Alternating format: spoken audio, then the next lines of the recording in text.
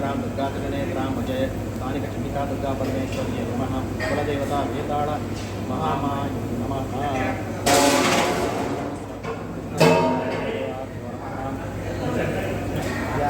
ज्ञानं समर्पयामि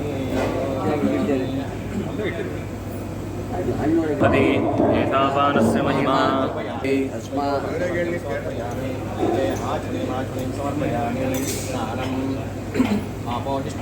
भवस्तानमूर्चे ददातना महीर्णाय चक्षुषे यो वश्यवदमोरसस्य भाजे देहनः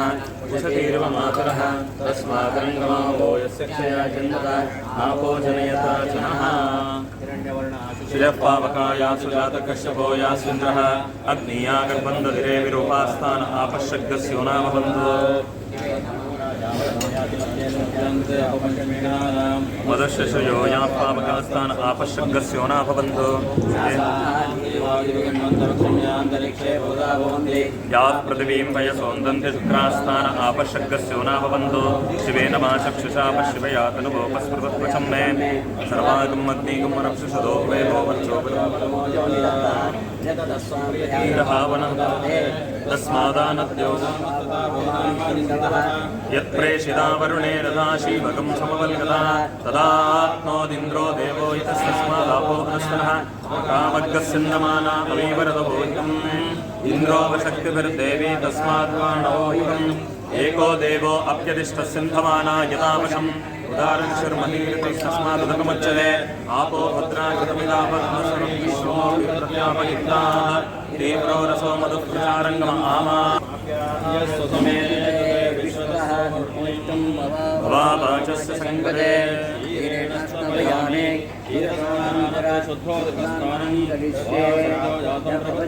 सद्यो जाताय वै नमो नमः भवे भवेनाधिभवे भवस्वमान् भवोद्भवाय नमः अकार्षं जिष्णोरस्वस्य वाजिनः सुरभिनो मुखाखरप्रण आयोगं शिलारिषद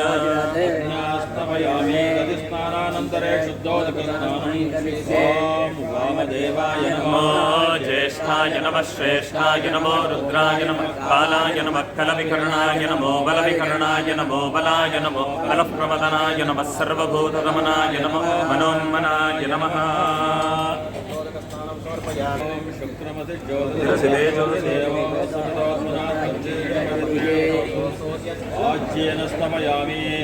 आज्यस्नानानन्तरे शुद्धोदकस्नानं समर्पयामि सर्वेभ्यः सर्वशर्वेभ्यो नमस्ते अस्तु रुद्ररूपेभ्यः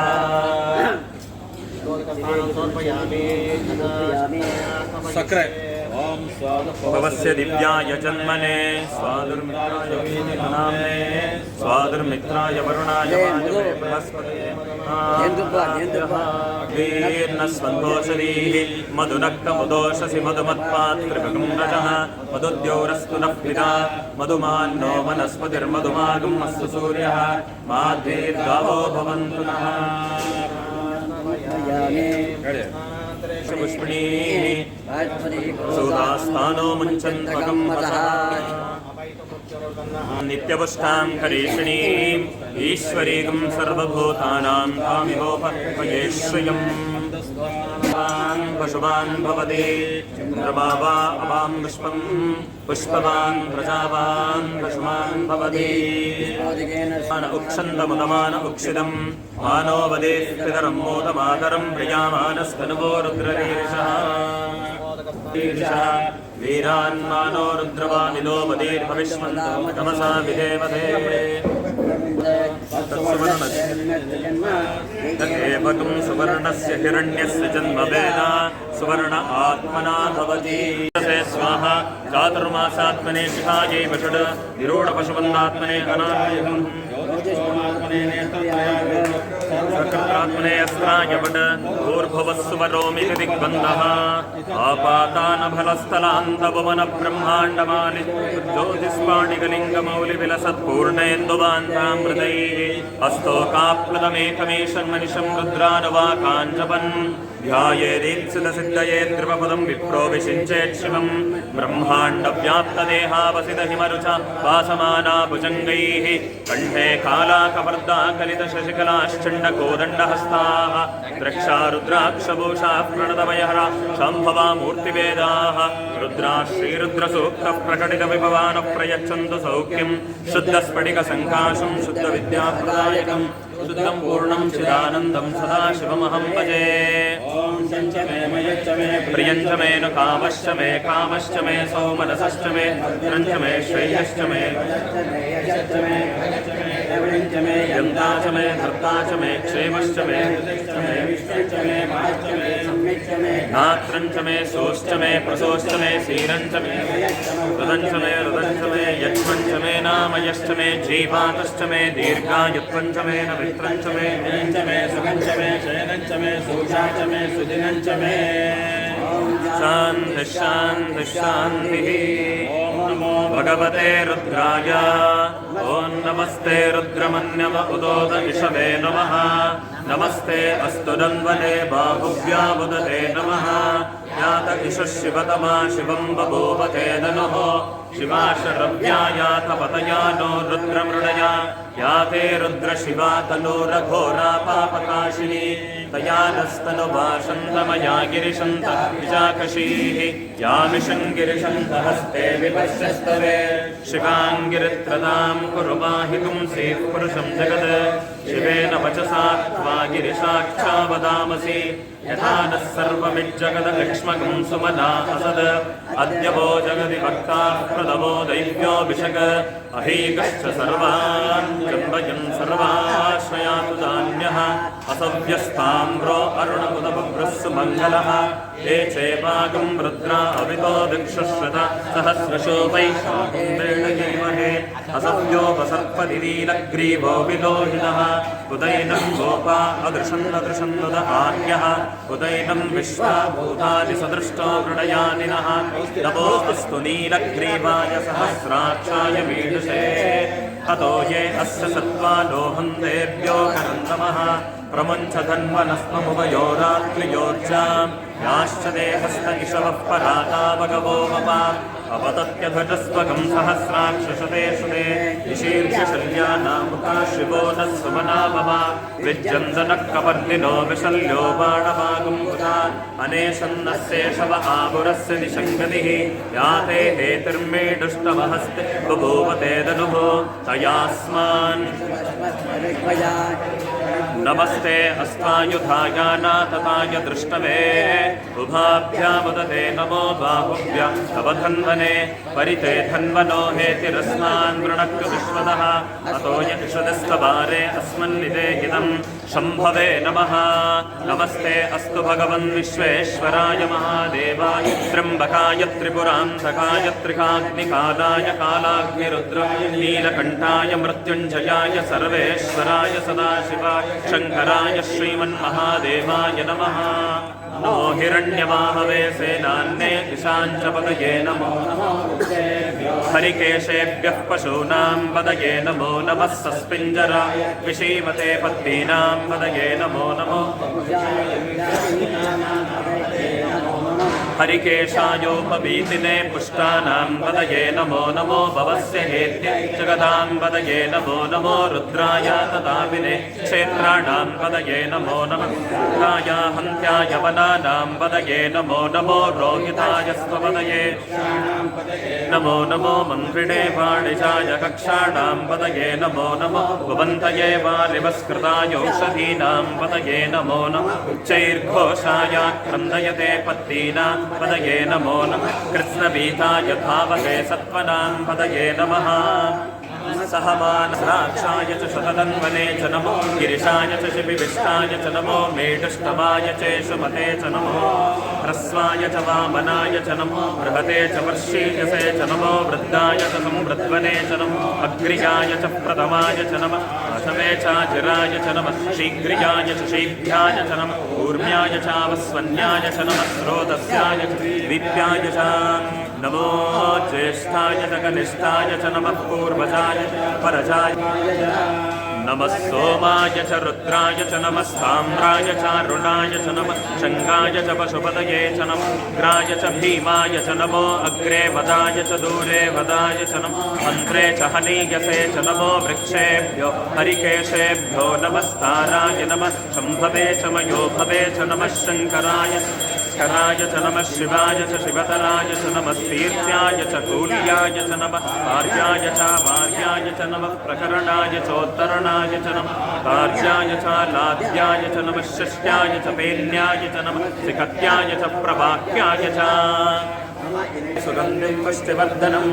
उर्वारुकमिव वन्दनान् मृत्योर्मुक्षीयमामृतात् यो रुद्रो अग्नव्यो अप्सुयवोषधीषु यो रुद्रो विश्वाभुवना विवेच तस्मै रुद्राय नमो अस्तु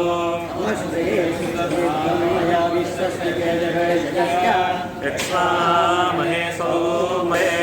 आन्यज्ञस्य मायया सर्वानरयजामहे मृत्यवे स्वाहा मृत्यवे स्वाहा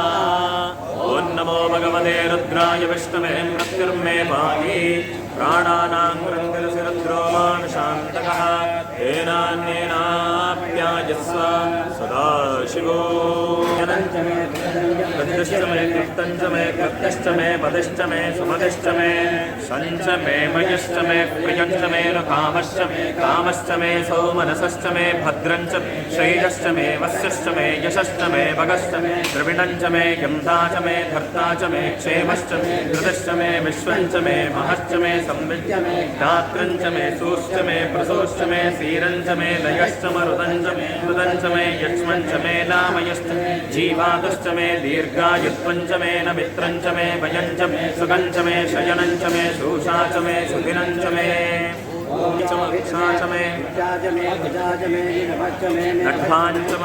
नुश्चम आयुर्यज्ञेन कल्पदां प्राणो यज्ञेन कल्पदां अपानो यज्ञेन कल्पदां व्यानो यज्ञेन कल्पदां चक्षुर्यज्ञेन कल्पदां श्रोत्रं यज्ञेन कल्पदां मनो यज्ञेन कल्पदां वाक् यज्ञेन कल्पदां आत्मा यज्ञेन कल्पदां यज्ञो यज्ञेन कल्पदाम् एका च मे त्रिष्ठ मे पञ्च च मे सप्त च मे नव च मे एकादश च मे त्रयोदश च मे पञ्चदश च मे सप्तदश च मे नवदश च मे एकविंशतिश्च मे त्रयोविंशतिश्च मे पञ्चविंशतिश्च मे सप्तविंशतिश्च मे नवविंशतिश्च मे एकत्रिंशच्च मे त्रयस्त्रिंशच्च मे अष्टौ च मे द्वादश च मे षोडश च मे विंशतिश्च मे चतुर्विंशतिश्च मे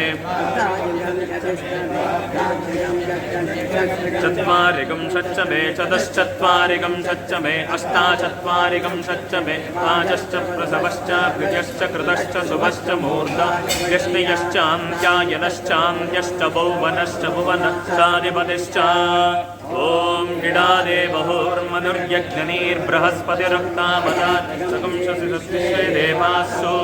तवाच प्रतिभिमातर्मामाहिगुंसि मधुमनिष्ये मधुजनिष्ये मधुभक्ष मधुमदिष्यामि मधुमतीं देवेभ्यो वाचमुद्यासकंश्रेण्या मनुष्येभ्यस्तं देवा अवन्धुषो वायै पितरो न वदन्तो यदन्नेनातिरोहति एतावानस्य महिमा अतोज्जायागस्य पूरुषः आदोऽस्य विश्वाभूतानि त्रिपादस्यामृतं दिवि त्रिपादोर्ध्व उदैः पुरुषः आदोऽस्येहा भवात् पुनः ततो विश्वं दग्नामद शासनानशने अभि विराजो अधिपूरुषः सजातो अत्यरिच्यता पश्चात् भूमिमतो पुनः यत्पुरुषेण हविषा एवा यज्ञमदन्वदा तन्तो अस्यासि राज्यम् ग्रीष्मयुद्धशरद्दविः सप्तास्यासन् परितयः एवा यज्ञं तन्वः जायमानो बहुधा विचार्यते तस्य धीराः परिचारन्ति योनिं मरीचीनां पदमिच्छन्ति वेदसः यो देवेभ्यः मानवती यो देवानां पुरोहितः पूर्वो यो देवेभ्यो जातः नमो रुचाय ब्राह्मये ऋचं ब्राह्मं जनयन्तः देवा अग्रे तदब्रुवन् यस्तैवं ब्राह्मणो विद्यात् तस्य देवा संवसे ह्रीश्चते लक्ष्मीश्च पत्न्यो अहोरात्रे पार्श्वे नक्षत्राणि रूपम् अश्विनो व्यात्तम् इष्टं मनिषाना अमुं मनिषाना सर्वं मनिषाना तच्छय्योरावृणीमहे आसं यज्ञाय स्वस्तिर्मानुषेभ्यः ऊर्ध्वं जिगातवेशजं शन्नो अस्मद्विपदे शं चतुष्पदे ॐ शान्तिः शान्तिः शाः दिवीव चक्षुरादतम् जाग्रवान् सस्यमिन्दते विष्णोर्यः परमं पदं गाढ विश्वानावे वसन्तं दुरिताग्निः ताम् अग्निवर्णां तपसाज्वलतीं वैरोचनीं कर्मफलेषु जुष्टां दुर्गां देवीं शरणमहं प्रपद्ये सुदरसे नमः अग्ने त्वं पारजानव्यो अस्मान् स्वस्ति विरति दुर्गाणि विश्वा ध्यायनाय विद्महे कन्याकुमारि धीमहि तन्नो दुर्गिः प्रचोदयात् स्वपूर्वां हस्तिनाथ प्रबोधिनी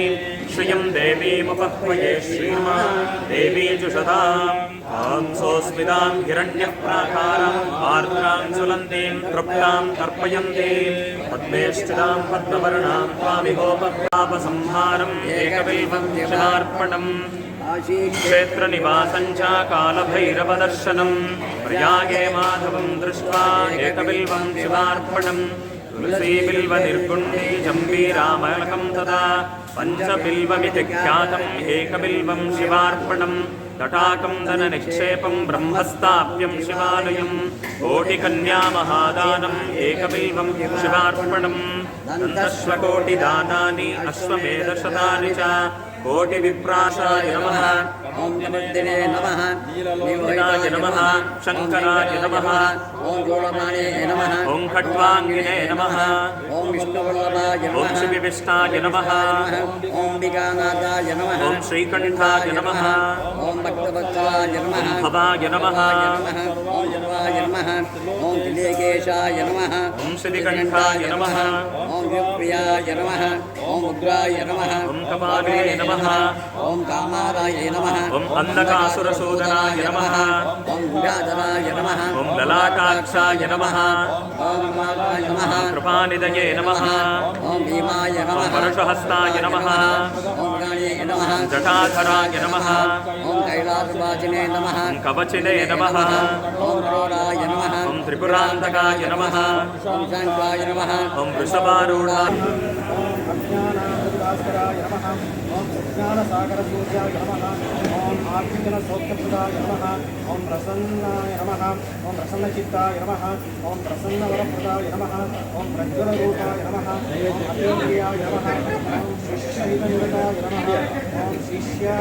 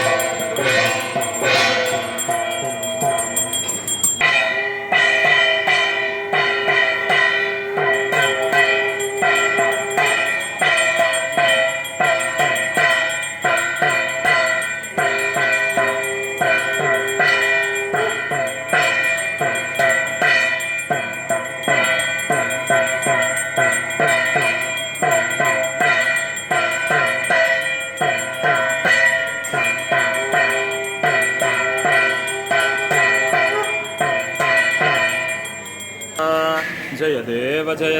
जय श्री गुरुदत्ता जय श्री गुरुदत्ता आरतियो आळीता हरली भवचिन्ता जय देव आरतियो आळीता हरली भवचिन्ता जय देव अष्टापदी नवपदी बभूवशी सहस्राय नमस्ते अस्तु रुद्ररूपेभ्यः तत्पुरुषाय विद्महे महादेवाय धीमहि तन्नो रुद्रः प्रचोदयात् ईशानः सर्वविद्यानाम् ईश्वरः सर्वभूतानां ब्रह्माधिपति ब्रह्मणोऽधिपति ब्रह्मा जीवो मे अस्तु सदाशिवो आप्नोति सर्वं जयति यो वेदादो स्वरप्रोक्तो वेदान्ते च प्रतिष्ठितः वेदान्तविज्ञानसुनिश्चितार्थाः सन्न्यासयोगाद्युदयः शुद्धसत्त्वाः हे ब्रह्मलोके कपरान्तकाले परामृतात् परिमुच्यन्ते सर्वे दह्रं विभावं परमेश्वभूतं यत्पुण्डरी पुरमद्य सग्गस्तं तत्रापि दह्रं गगनं विशोकस्तस्मिन्नदन्तस्तदुपासितव्यं यो वेदादो स्वरप्रोक्तो वेदान्त